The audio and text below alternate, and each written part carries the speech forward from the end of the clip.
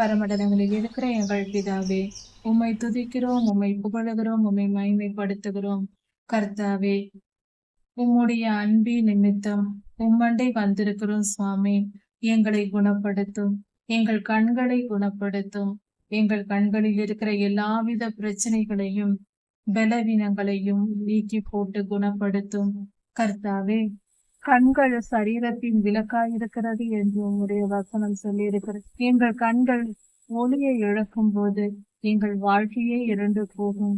கர்த்தாவே, எங்கள் கண்களை பொறுப்பெடுத்துக் கொள்ளும்.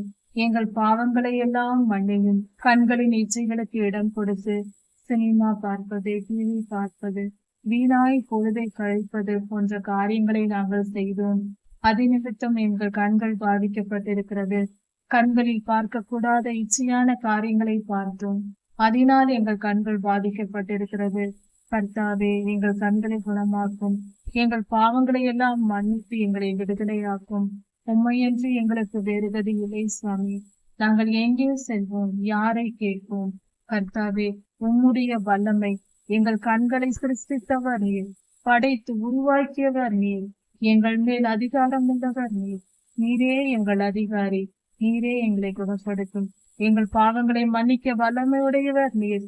எத்தனை குருடர்களை ஆண்டவரை இந்த உலகத்தில் மனித அவதாரத்தில் மேல் இருக்கும் போது தொட்டு குணப்படுத்தி இருக்கிறேன். எங்கள் கண்களையும் குணப்படுத்தும். கண்களில் இருக்கிற பலவீனங்கள் எல்லாம் நீங்கி போகட்டும். கண்களில் ஏற்பட்டிருக்கிற எல்லாவித பாதிப்புகளும் நீக்கி போகட்டும். பலப்படுத்தும். எங்கள் கண்களை பலப்படுத்தி எங்கள் வாழ்க்கையை ஒளிமயமாக்கும், வெளிச்சமாக்கும், பிரகாசிக்க பண்ணும். கர்த்தாவே, கிருபையாயிரும். உன்னுடைய நாமம் மகிமைப்படுவதாக. சர்வ வல்லமையுள்ள எங்கள் தேவனே, நீர் பெரியவர், நீர் இரக்கமுள்ளவர், நீர் மிகவும் நல்லவர். எங்களை குணப்படுத்தும். ஆண்டவரே, வழி நடத்தும். எல்லாவித தீமைக்கும் அகற்றி, எல்லாவித தீமைகள், அக்கிரமங்கள், பாடுகள் எல்லாவற்றையும் எங்கள் வாழ்க்கையிலிருந்து அகற்றி போட்டு எங்களை சுத்திகரித்து வழி நடத்தும். சமாதானம் தாரும், சந்தோஷம் தாரும். ஆவியின் கனிகளால் எங்களை நிரப்பும். ஆவியின் கனிகள் வெளிப்படும்படியாய் பரிசுத்த ஆவியானவரால் எங்களை நிரப்பும்.